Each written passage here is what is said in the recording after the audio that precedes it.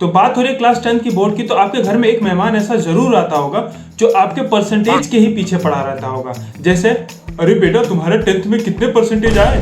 अगर आपकी परसेंटेज कम आई है तब मेहमान क्या बोलता है, ये देखो कितना कम नंबर है, हमारे बेटे का तो 96% था। और वही आप बोल दे कि मेरे 92% थे, तब उनका क्या जवाब रहता है। आजकल के बोर्ड्स के एग्जाम कितने इजी हो गए हैं कि हर कोई 92% ला रहा है। हमारे जमाने में होता था बोर्ड्स के एग्जाम, इतनी मोटी मोटी किताबें हम लोग पढ़ते थे और फिर एग्जाम देने जाते थे।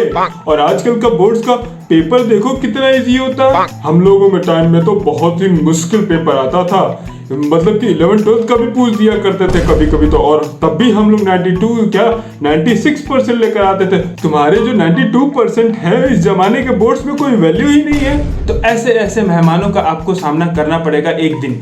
तो मैं आपसे यही कहूंगा कि भाई पढ़ाई कर ले। तो पिछले वीडियो में हम लोगों ने चैप्टर को स्टार्ट कर दिया था जिसका नाम था कार्बन एंड इट्स कंपाउंड। तो अगर आपको उसको देखना है तो आप डिस्क्रिप्शन में उसका लिंक है, आप वहां से देख सकते हो। लेकिन अभी हम लोग पढ़ेंगे एलोट्रॉप्स ऑफ कार्बन। तो एलोट्रॉप्स का सिंपल मीनिंग है आपका बेस्ट फ्रेंड। तो ये आपका बेस्ट फ्रेंड आपके साथ जब रहता है तो तब कैसे बिहेव करता है।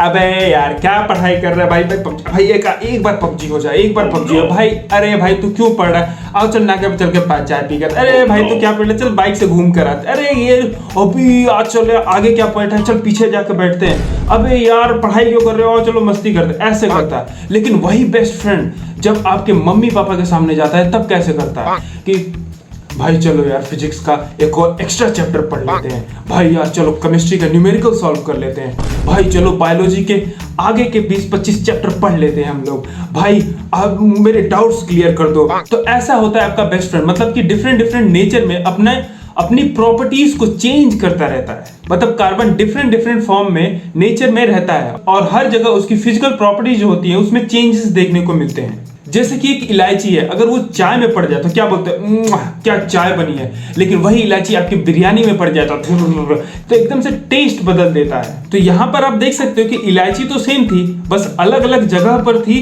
तो आपके टेस्ट या फिर बोल सकते हो कि रिएक्शन आपका बदल गया। ये तो एलोट्रॉप्स का एक एग्जांपल के तौर पे ये भी इलायची वाला आप याद कर सकते हो या फिर दिमाग में याद करने के लिए रख सकते हो। वैसे ही कार्बन दो फॉर्म में होता है, पहला डायमंड, दूसरा ग्रेफाइट।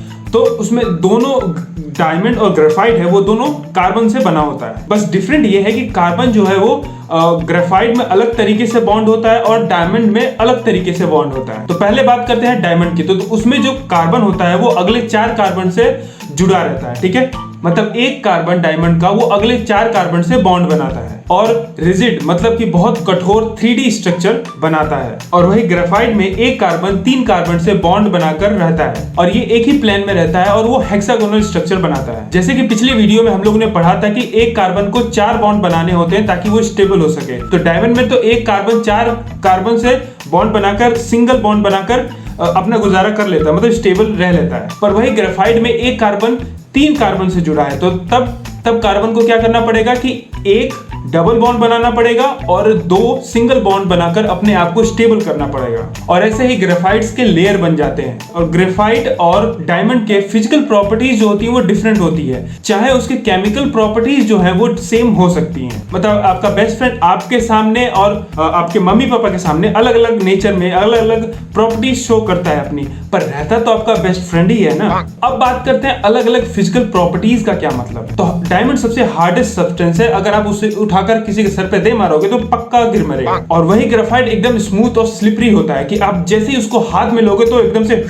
फिसल सकता है। और सबसे इंपॉर्टेंट बात, ग्रेफाइट नॉन मेटल होते हुए भी इलेक्ट्रिसिटी को कंडक्ट कर सकता है, मतलब अपने अंदर से इलेक्ट्रिसिटी को पास करने देता है एक नॉन मेटल होकर। ये बात याद रखना। और ऊपर से इसमें कोवेलेंट बॉन्ड भी बन रहा है, तब भी इसमें इलेक्ट्रिसिटी कंडक्ट कर रहा है। वैसे कोवेलेंट बॉन्ड वाले जो होते हैं वो इलेक्ट्रिसिटी उतना कंडक्ट नहीं करते हैं क्योंकि उनके अंदर आयंस नहीं बनते हैं। अब बात करते हैं कि डायमंड बनता कैसे है। तो आपने हीरा सिंह की स्टोरी तो सुनी ही होगी। अरे वही हीरा सिंह, भानु प्रताप सिंह के बेटे, सूर्यवंशम मूवी। तो वहां पर तो उस मूवी पे आप देख सकते हो कि हीरा सिंह कैसे बना। आप देख सकते हो कि हर किसी ने उनके ऊपर खूब ज्यादा दबाव, खूब ज्यादा प्रेशर डाला और उनको गर्मी में छोड़ दिया, मतलब कि गर्मी में खेतों में काम करने को, मतलब कि हाई टेम्परेचर में छोड़ दिया। तब वो जाकर हीरा सिंह द हीरा सिंह बने। वैसे ही कार्बन को हाई प्रेशर और हाई टेम्परेचर में झोंक दिया जाता है, तब जाकर वो डायमंड हीरा बनता है। वैसे तो नेचर में भी डायमंड पाए जाते हैं, लेकिन मैन मेड मतलब कि आदमी लोग भी डायमंड बनाते हैं, लेकिन उनका साइज जो होता है वो बहुत छोटा होता है अगर हम लोग नेचुरल वाले से कंपेयर करेंगे तो। पर वैसे नेचुरल और मैन मेड में अंतर बता पाना मुश्किल होता है। तो अब बात करते हैं कार्बन के एक और एलोट्रॉप्स